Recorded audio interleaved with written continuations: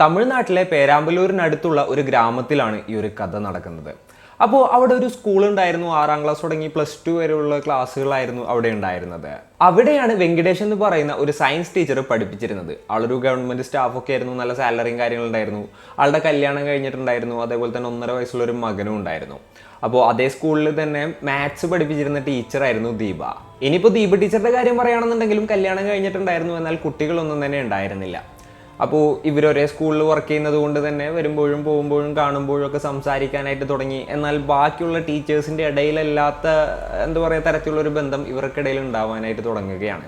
ഇവരുടെ രണ്ടുപേരുടെയും കല്യാണം കഴിഞ്ഞിട്ടുണ്ടെന്നുണ്ടെങ്കിലും ഇവർ രണ്ടുപേരും പ്രണയിക്കാനായിട്ട് തുടങ്ങുകയായിരുന്നു. എന്നാൽ അതിനുശേഷം നടന്ന സംഭവങ്ങൾ ആ ഒരു സ്കൂളിനെയും വീട്ടുകാരെയും നാട്ടുകാരെയും മാത്രമല്ല, തമിഴ്നാടിനെ മുഴുവൻ ഞെട്ടിക്കുകയാണ് ഉണ്ടായത്. അപ്പോൾ ആ ഒരു കേസിനെ കുറിച്ചിട്ടാണ് ഇന്നത്തെ വീഡിയോയിൽ നമ്മൾ സംസാരിക്കാൻ പോകുന്നത്. Hello guys, welcome back to the channel. Razeen this side. Deepa ടീച്ചറുടെ കാര്യം നോക്കുകയാണെന്നുണ്ടെങ്കിൽ ആൾ റിച്ചാണ്. ആളുടെ കയ്യിൽ അത്യാവശ്യം ക്യാഷും കാര്യങ്ങളൊക്കെ ഉണ്ട്. പിന്നെ സ്വന്തമായിട്ട് കാറിനൊക്കെയാണ് സ്കൂളിലോട്ട് വരുന്നതും പോകുന്നതും ഒക്കെ. അതൊക്കെ കണ്ടുകൊണ്ടും ഒക്കെയാണ് ഈ ഒരു വെങ്കിടേഷ് ഈ ഒരു സ്ത്രീക്ക് വേണ്ടിയിട്ടുള്ള വല വിരിക്കുന്നത്. അങ്ങനെ ഇവർ രണ്ടുപേരും പ്രണയിക്കാനായിട്ട് തുടങ്ങി. പിന്നീട് പലപ്പോഴും രണ്ടുപേരും ലീവ് എടുത്തിട്ട് പുറം നാട്ടിലൊക്കെ പോകാനായിട്ട് തുടങ്ങുകയാണ്. അപ്പോൾ ഇവർക്കിടയിലുള്ള ആ ഒരു ബന്ധം ഇങ്ങനെ സ്ട്രോങ് ആവുകയായിരുന്നു. എന്നാൽ ഈ ഒരു വെങ്കിടേഷിൻ്റെ കാര്യം പറയാമെന്നുണ്ടെങ്കിൽ ആളുടെ ഭാര്യയെ കൂടാതെ ആൾക്ക് ഈ ഒരു ദീപ എന്ന് പറയുന്ന ടീച്ചറുമായിട്ട് മാത്രമായിരുന്നില്ല ബന്ധം ഉണ്ടായിരുന്നത്. ആളൊരു വുമണൈസർ ആയിരുന്നു. വളരെയധികം ലേഡീസ് വീക്ക്നെസ് ഉള്ള ഒരാളായിരുന്നു. അപ്പോൾ ആളുടെ നാട്ടിൽ തന്നെ വേറെയും സ്ത്രീകളുമായിട്ട് ഇതേപോലെ തന്നെ അവിഹിത ബന്ധവും കാര്യങ്ങളൊക്കെ ഉണ്ടായിരുന്നു. അതും പോരാത്തതിന് ആൾ സ്ഥിരമായിട്ട് പ്രോസ്റ്റിറ്റ്യൂട്ട്സിനെ അടുത്തും പോകുന്ന ഒരാളായിട്ടൊക്കെയാണ് പറയുന്നത്. ഇനിയിപ്പോൾ ദീപ ടീച്ചറുടെ കാര്യം പറയുകയാണെന്നുണ്ടെങ്കിൽ അവർക്ക് അവരുടെ ഹസ്ബൻഡിന് ഇഷ്ടമായിരുന്നില്ല. അതുകൊണ്ട് തന്നെ വെങ്കിടേഷിൻ്റെ അടുത്ത് ആത്മാർത്ഥമായിട്ടുള്ളൊരു പ്രണയമായിരുന്നു ഉണ്ടായിരുന്നത്. കല്യാണം കഴിക്കണം എന്നൊക്കെയുള്ളൊരു ആഗ്രഹമൊക്കെ ആയിരുന്നു ഉണ്ടായിരുന്നത്. അതുകൊണ്ട് തന്നെ ആൾ പൈസയും കാര്യങ്ങൾ എന്ത് ചോദിച്ചിട്ടുണ്ടെങ്കിൽ അവർ കൊടുക്കുമായിരുന്നു. അതുപോലെ തന്നെ ആൾ എപ്പോൾ എങ്ങോട്ട് വിളിച്ചാലും അവർ ചെല്ലാറും ഉണ്ടായിരുന്നു. അങ്ങനെ ഇരിക്കെ ദീപ ടീച്ചർ കല്യാണം കഴിക്കുന്നതിനെ പറ്റി പറയുകയാണ്. എന്നാൽ വെങ്കിടേഷിന് ഈ ഒരു കല്യാണത്തിനെ കുറിച്ചിട്ട് തീരെ താല്പര്യം ഉണ്ടായിരുന്നില്ല. ആൾ നൈസായിട്ട് ആ ഒരു സമയത്ത് സ്കിപ്പ് ആവുകയാണ്. പിന്നീട് ഇപ്പോൾ ദീപ ടീച്ചർ ഈ ഒരു കല്യാണത്തിൻ്റെ കാര്യം പറഞ്ഞിട്ടുണ്ടെങ്കിലും ആൾ നൈസായിട്ട് സ്കിപ്പ് ആവാനായിട്ട് തുടങ്ങി. അവസാനം ദീപ ടീച്ചർ ഈ ഒരു കല്യാണത്തിൻ്റെ കാര്യം കൂടുതൽ സ്ട്രെസ് ചെയ്ത് പറയുന്നൊരു സിറ്റുവേഷനിലോട്ടാണ് കാര്യങ്ങൾ എത്തിയത്. അപ്പോൾ ആൾ ആ ഒരു കല്യാണത്തിൻ്റെ പരിപാടി പൂർണ്ണമായിട്ട് എതിർക്കുകയാണ്. ഇങ്ങനെയുള്ളൊരു രഹസ്യബന്ധം തന്നെ മതി, എൻ്റെ കല്യാണമൊക്കെ ഓൾറെഡി കഴിഞ്ഞതാണ്, നിൻ്റെ കല്യാണം കഴിഞ്ഞതല്ലേ എന്നുള്ളൊരു രീതിയിലായിരുന്നു ആൾ ആ സമയത്ത് സംസാരിച്ചത്. ഇതിൻ്റെ പേരിൽ അവർ തമ്മിൽ സ്ഥിരമായിട്ട് പ്രശ്നങ്ങളും മറ്റുമൊക്കെ ഉണ്ടാവുകയാണ്. അങ്ങനെ ഇരിക്കുകയാണ് നവംബർ 15, 2023 രാവിലെ തന്നെ വെങ്കിടേഷിന് കോൾ വരുന്നത്.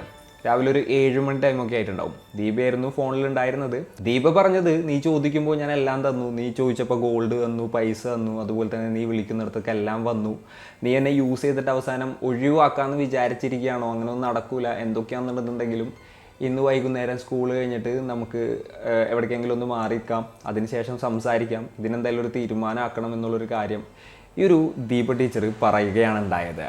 വെങ്കിടേഷ് എങ്ങനെയെങ്കിലുമൊക്കെ ഈ ഒരു ദീപ ടീച്ചർ ഒഴിവാക്കാനായിട്ട് നോക്കി. എന്നാൽ എത്രയൊക്കെ ശ്രമിച്ചിട്ടും അയാൾക്ക് അതിന് പറ്റുന്നുണ്ടായിരുന്നില്ല. അപ്പോൾ ലാസ്റ്റ് ആളെടുത്തൊരു തീരുമാനം എന്താണെന്ന് വെച്ച് കഴിഞ്ഞിട്ടുണ്ടെങ്കിൽ ഇവരെ പൂർണ്ണമായിട്ട് ഒഴിവാക്കണം എന്നുണ്ടെന്നുണ്ടെങ്കിൽ ഇവരെ കൊന്നുകളയണം എന്നുള്ളതായിരുന്നു. അങ്ങനെ അവരെ ഇല്ലാതാക്കാൻ തന്നെ തീരുമാനിക്കുകയാണ്. പിറ്റേ ദിവസം ആൾ സ്കൂളിൽ പോയപ്പോൾ 1 ലിറ്റർ പെട്രോളും അതുപോലെ തന്നെ ഒരു ചുറ്റിയും കാര്യങ്ങളൊക്കെ വാങ്ങി ആൾ സ്കൂളിൽ കൊണ്ടുപോകുന്ന ബാഗ് ഉണ്ടല്ലോ, അതിൻ്റെ ഉള്ളിൽ രഹസ്യമാക്കി വെച്ചിട്ടായിരുന്നു ആൾ സ്കൂളിലോട്ട് പോയത്. അതിനുശേഷം അവിടെ എത്തി സ്കൂള് സാധാരണ പോലെ കഴിഞ്ഞു. അതിനുശേഷം ഈവനിങ് ഇതുപോലെ തന്നെ ദീപ ടീച്ചറും ഈ വെങ്കിടേഷും കൂടെയും അവർ കാർ എടുത്തുകൊണ്ട് ആളൊന്നുമില്ലാത്ത ഒരു സ്ഥലത്തോട്ട് പോവുകയാണ്. മുരുകൻകുടി എന്ന് പറയുന്ന ഒരു സ്ഥലത്തുള്ള ഒരു കാട് ഏരിയയിലോട്ടാണ് അവർ പോയത്. അവിടെ ആളുകളൊന്നും വരാത്തൊരു സ്ഥലത്ത് വണ്ടി നിർത്തിയിട്ട് അവർ വണ്ടിയിൽ വെച്ച് തന്നെ ശാരീരിക ബന്ധത്തിൽ ഏർപ്പെടുകയാണ്. അപ്പോൾ അതൊക്കെ കഴിഞ്ഞ് ഇവർ വീണ്ടും ഈ ഒരു സംസാരത്തിലോട്ട് എത്തുകയാണ്. അപ്പോൾ ദീപ ടീച്ചർ പറഞ്ഞു, ഇതുപോലെ തന്നെ എന്തൊക്കെയാണെന്നുണ്ടെങ്കിലും എനിക്ക് കല്യാണം കഴിക്കണം, നീ ചോദിച്ചപ്പോൾ ഞാൻ എല്ലാം തന്നിട്ടുണ്ട്, പൈസ തന്നിട്ടുണ്ട്, ഗോൾഡ് തന്നിട്ടുണ്ട്, നീ വിളിക്കുന്നിടത്തേക്ക് എല്ലാം വന്നിട്ടുണ്ട്, നീ പറയുമ്പോഴൊക്കെ എല്ലാം ചെയ്തു തന്നിട്ടുണ്ട്, അതുകൊണ്ട് എനിക്കിതിന് ഇഷ്ടമാണ്, കല്യാണം കഴിക്കണം എന്നുള്ള കാര്യം പറയുകയാണ്. അപ്പോൾ ഈ ഒരു വെങ്കിടേഷ് സാറ് പറഞ്ഞ എന്താണെന്ന് വെച്ച് കഴിഞ്ഞിട്ടുണ്ടെങ്കിൽ എൻ്റെ കല്യാണം ഓൾറെഡി കഴിഞ്ഞതാണ്, എനിക്ക് 1.5 വയസ്സുള്ളൊരു മകനുണ്ട്, എനിക്ക് എൻ്റെ കുട്ടീനൊന്നും വിട്ടിട്ട് വരാനായിട്ട് പറ്റില്ല എന്നുള്ള കാര്യങ്ങൾ പറയുകയാണ്. അങ്ങനെ ഇവർക്കിടയിൽ ഇതും പറഞ്ഞുകൊണ്ട് അടി ഉണ്ടാവുകയാണ്. ആ ഒരു ടൈമിൽ ഈ ഒരു ദീപ ടീച്ചർ പറഞ്ഞ എന്താണെന്ന് വെച്ച് കഴിഞ്ഞിട്ടുണ്ടെങ്കിൽ ഇയാളെ ഭീഷണിപ്പെടുത്തി എന്നുള്ളതാണ്. ദീപ വെങ്കിടേഷിനോട് പറഞ്ഞു, ഞാൻ കംപ്ലയിൻറ്റ് കൊടുക്കുന്നത്, പോലീസിലും അതുപോലെ തന്നെ സ്കൂൾ മാനേജ്മെൻറ്റിലും കംപ്ലയിൻറ്റ് കൊടുക്കും. എന്തും പറഞ്ഞിട്ടാണെന്ന് വെച്ച് കഴിഞ്ഞിട്ടുണ്ടെങ്കിൽ ഈ വെങ്കിടേഷ് ദീപയെ പീഡിപ്പിച്ചു എന്ന് പറഞ്ഞുകൊണ്ട്, ലൈംഗികമായിട്ട് പീഡിപ്പിച്ചു എന്ന് പറഞ്ഞുകൊണ്ടാണ് കംപ്ലയിൻറ്റ് കൊടുക്കാമെന്ന് പറഞ്ഞത്. അതുപോലെ തന്നെ സ്കൂൾ ടൈമിൽ വെച്ചും ഹരാസ് ചെയ്തു എന്നുള്ള രീതിയിൽ കംപ്ലയിൻറ്റ് കൊടുക്കുമെന്ന് പറഞ്ഞു. ഇങ്ങനെ കംപ്ലയിൻറ്റ് കൊടുത്തു കഴിഞ്ഞിട്ടുണ്ടെങ്കിൽ ആളുടെ ജോലി പോവും, അതുപോലെ തന്നെ ആളുടെ വൈഫും കാര്യങ്ങളൊക്കെ ആളിട്ടിട്ട് പോവുകയും ചെയ്തോളും, പിന്നെ ആൾ ജയിലിലോട്ട് പോവും. അങ്ങനെ പറഞ്ഞുകൊണ്ട് ഇയാളെ ഭീഷണിപ്പെടുത്തുകയാണ് ഉണ്ടായത്. അപ്പോൾ ഇയാൾക്ക് എന്താ പറയുക, ആ ഒരു സിറ്റുവേഷനിൽ ഓൾറെഡി ആൾ പ്ലാൻ ചെയ്തിരുന്നത് പോലെ തന്നെ ഈ ഒരു ദീപ പ്രതീക്ഷിക്കാത്ത ടൈമിൽ ബാഗിലുണ്ടായിരുന്ന ചുറ്റിക എടുത്തുകൊണ്ട് ആ തലക്കടിക്കുകയായിരുന്നു ഉണ്ടായിരുന്നത്. അതിനുശേഷം ആ ഒരു സ്പോട്ടിൽ വെച്ച് തന്നെ ആ സ്ത്രീ മരിക്കുകയായിരുന്നു. അതിനുശേഷം ആൾ വെയിറ്റ് ചെയ്തു. നേരം നന്നായിട്ട് ഇരുട്ടുന്നത് വരെ അയാൾ വെയിറ്റ് ചെയ്യുകയാണ്. അങ്ങനെ പിറ്റേ ദിവസമായി, അതായത് നവംബർ 16-ാം തീയതി. അപ്പോൾ വെളുപ്പിന് 1 മണിക്ക് ആൾ അവിടെ നിന്ന് ആ ഒരു കാറ് ഡ്രൈവ് ചെയ്ത് പോവുകയായിരുന്നു. തണ്ണീർപ്പന്തൽ എന്ന് പറഞ്ഞിട്ടുള്ള ഒരു സ്ഥലത്തോട്ടായിരുന്നു പോയത്. അവിടെ കുറച്ച് ടയറുകളും കാര്യങ്ങളൊക്കെ ഒരു ബൈപ്പാസിൻ്റെ സൈഡിൽ കൂട്ടിയിട്ടുണ്ടായിരുന്നു. അപ്പോൾ അങ്ങോട്ട് പോയിട്ട് ആൾ ആ ഒരു ബോഡി ആ ടയറിൻ്റെ ഉള്ളിൽ വെച്ചിട്ട് ടയറൊക്കെ വെച്ച് മറിച്ചിട്ട് പെട്രോൾ വെച്ച് കത്തിക്കുകയാണ്. ഓൾറെഡി അങ്ങോട്ട് തന്നെ ആ ഒരു ബോഡിയും കൊണ്ട് ചെല്ലണമെന്നും ടയറിൻ്റെ ഇടയിലിട്ട് കത്തിക്കണം എന്നുള്ളതും ആൾ പ്ലാൻ ചെയ്ത് വെച്ചിട്ടുണ്ടായിരുന്നു കേട്ടോ. അടുത്തതായിട്ട് ആൾ ചിന്തിച്ചെന്താണെന്ന് വെച്ച് കഴിഞ്ഞിട്ടുണ്ടെങ്കിൽ പോലീസ് എന്തായാലും ഈ ഒരു കേസ് സോൾവ് ചെയ്യും, അപ്പോൾ തന്നെ പിടിക്കാതിരിക്കാനായിട്ട് എന്ത് ചെയ്യണം എന്നുള്ളതിനെ കുറിച്ചിട്ട് ആൾ ആലോചിക്കുകയാണ്. അങ്ങനെ ആൾ ആ കാർ എടുത്തുകൊണ്ട് നേരെ കോയമ്പത്തൂർക്ക് പോവുകയാണ്. അവിടെ കൊടുത്ത ആ ഒരു കാറ് പാർക്ക് ചെയ്തിട്ട് അവിടെ നിന്ന് നേരെ കേരളത്തിലോട്ട് വരികയും ചെയ്തു. അങ്ങനെ നവംബർ 16-ാം തീയതി ഒരു രാവിലെ 7 മണി ടൈമൊക്കെ ആയിട്ടുണ്ടാവും. അപ്പോൾ അതിലൂടെ ആ നാട്ടുകാരിങ്ങനെ നടന്നു വരുമായിരുന്നു. അപ്പോൾ ടയറൊക്കെ കത്തിക്കരിഞ്ഞ് കിടക്കുന്നത് കണ്ട് നോക്കിയപ്പോൾ അവിടെ ഒരു ബോഡിയും കൂടെ കത്തിക്കരിഞ്ഞ് കിടക്കുന്നത് ആൾ കാണുകയാണ്. ആളാ കൂടെ പേടിച്ചു, പാനിക്കായി ആൾ നേരെ പോലീസിനെ വിവരം അറിയിക്കുകയാണ് ഉണ്ടായത്. അപ്പോഴത്തേനും നാട്ടുകാരൊക്കെ കൂടി പോലീസുകാരും സ്ഥലത്തോട്ടെത്തി. അവർക്ക് അതൊരു സ്ത്രീയുടെ മൃതദേഹമാണെന്ന് മനസ്സിലാവുകയാണ്. അപ്പോൾ മിസ്സിംഗ് കേസോ കാര്യങ്ങൾ എന്തെങ്കിലുമൊക്കെ ഉണ്ടോ എന്ന് നോക്കിയപ്പോൾ കഴിഞ്ഞ ദിവസം, അതായത് 15-ാം തീയതി തൻ്റെ ഭാര്യയെ കാണുന്നില്ല എന്ന് പറഞ്ഞുകൊണ്ട് ഒരാൾ കംപ്ലയിൻറ്റ് കൊടുത്തിട്ടുണ്ടായിരുന്നു. അത് വേറെ ആരും ആയിരുന്നില്ല, ദീപ ടീച്ചറുടെ ഹസ്ബൻഡ് തന്നെയായിരുന്നു. അപ്പോൾ പോലീസിനൊരു സംശയം തോന്നി ഈ ബോഡി അവരുടേതായിരിക്കാം എന്നുള്ളത്. അങ്ങനെ പോലീസുകാർ ഈ ഒരു ദീപ ടീച്ചറുടെ അച്ഛനെ കൊണ്ടുവരികയും അതുപോലെ തന്നെ ഈ ഒരു ബോഡിയിലത്തെ DNA സാമ്പിളും ആളുടെ DNA സാമ്പിളും മാച്ച് ചെയ്ത് നോക്കുകയാണ്. അപ്പോൾ അത് 100% മാച്ച് ആവുകയാണ്. അങ്ങനെ ഇത് ദീപയാണെന്നുള്ള കാര്യം കൺഫേം ചെയ്യുകയായിരുന്നു. അപ്പോൾ മരിച്ചത് ദീപയാണെന്നുള്ളത് പോലീസിന് മനസ്സിലായി. ഇനി ഇത് ആരാണ് ചെയ്തതെന്ന് അറിയണമല്ലോ. അങ്ങനെ ദീപയുടെ കോൾ ഡീറ്റെയിൽസും മറ്റുമൊക്കെ നോക്കിയപ്പോൾ അവസാനം വെങ്കടേഷ് എന്ന് പറയുന്ന ഒരാളെയാണ് വിളിച്ചതെന്ന് മനസ്സിലാവുകയാണ്. പിന്നീട് കൂടുതൽ നോക്കിയപ്പോൾ വെങ്കടേഷ് എന്ന് പറയുന്ന ആൾക്ക് സ്ഥിരമായിട്ട് വിളിച്ചതായിട്ട് അവർക്ക് മനസ്സിലാവുകയാണ്. അപ്പോൾ ആരാണ് ഈ വെങ്കടേഷ് എന്നുള്ളതിനെ കുറിച്ച് അന്വേഷിച്ചപ്പോൾ അതേ സ്കൂളിൽ തന്നെ വർക്ക് ചെയ്യുന്നൊരു മാഷാണെന്നുള്ളത് മനസ്സിലാവുകയാണ്. അങ്ങനെ നേരെ പോലീസുകാർ വെങ്കടേഷിൻ്റെ വീട്ടിലോട്ട് പോവുകയാണ്. അപ്പോഴാണ് മനസ്സിലാക്കാനായിട്ട് സാധിച്ചത് വെങ്കടേഷും ഈ ഒരു 15-ാം തീയതി തുടങ്ങിയിട്ട് മിസ്സിങ് ആണെന്നുള്ള കാര്യം. ആകെ മൊത്തം വെങ്കടേഷ് മിസ്സിങ് ആണ്. അതുപോലെ തന്നെ ആളുടെ ഫോണിൽ വിളിച്ചിട്ട് കിട്ടുന്നില്ല, സ്വിച്ച് ഓഫ് ആണ്. അതുപോലെ തന്നെ ഈ ഒരു സ്ത്രീ ഈ ഒരു നിലയിൽ കിടക്കുന്നു.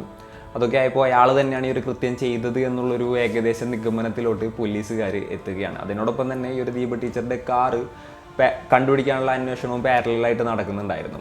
അങ്ങനെ അതിൻ്റെ പിന്നിലൂടെ ട്രാക്ക് ചെയ്ത് പോയ പോലീസുകാർ കോയമ്പത്തൂർ ഉക്കടത്ത് നിന്ന് ഈ ഒരു കാറ് കണ്ടെത്തുകയാണ് ഉണ്ടായത്.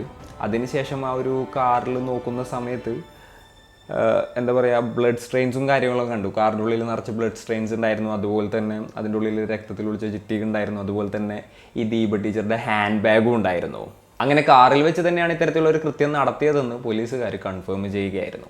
അതിനുശേഷം 5 ടീം ഫോം ചെയ്തിട്ട് ഇയാളെ അന്വേഷിച്ചിറങ്ങാണ്. ഇയാളുടെ കയ്യിൽ ഫോണില്ലാത്തത് കൊണ്ട് തന്നെ ട്രാക്ക് ചെയ്യാൻ വലിയ ബുദ്ധിമുട്ടായിരുന്നു. 5 ടീമും പല പല സംസ്ഥാനങ്ങളിലായിട്ട് പോയിട്ട് ഇയാളെ അന്വേഷിക്കുകയാണ്. കേരളം, തമിഴ്നാട്, കർണാടക, അതുപോലെ തന്നെ ഗോവ, ആന്ധ്ര തുടങ്ങിയിട്ടുള്ള സംസ്ഥാനങ്ങളിൽ പോയിട്ട് പോലീസുകാരെ അന്വേഷിക്കുകയാണ് ഉണ്ടായത്.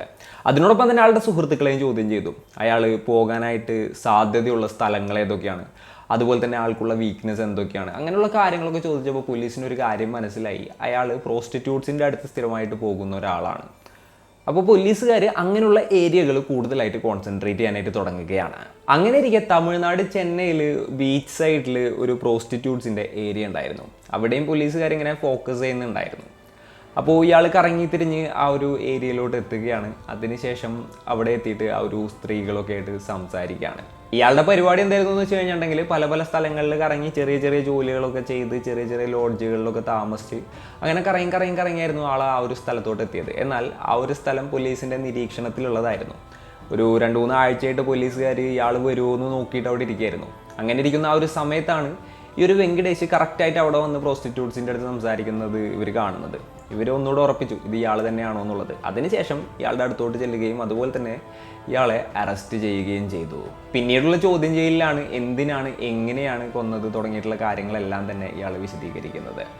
അപ്പോൾ ഈ ഒരു കേസ് ഇപ്പോൾ നടന്നുകൊണ്ടിരിക്കുകയാണ്. അപ്പോൾ ഇന്നത്തെ ഒരു വീഡിയോയിൽ ഇത്രയൊക്കെയാണ് പറയാനുള്ളത്. ഈ ഒരു സ്റ്റോറി കേട്ടപ്പോൾ നിങ്ങൾക്ക് എന്താണ് തോന്നിയത്? നിങ്ങളുടെ തോട്ട്സും മറ്റും എന്തൊക്കെയാണെന്നുണ്ടെങ്കിലും താഴെ കമൻറ്റിൽ രേഖപ്പെടുത്താനായിട്ട് ശ്രമിക്കുക. അപ്പോൾ and it's me Razin signing off. Peace. Stay peaceful guys. Stay safe.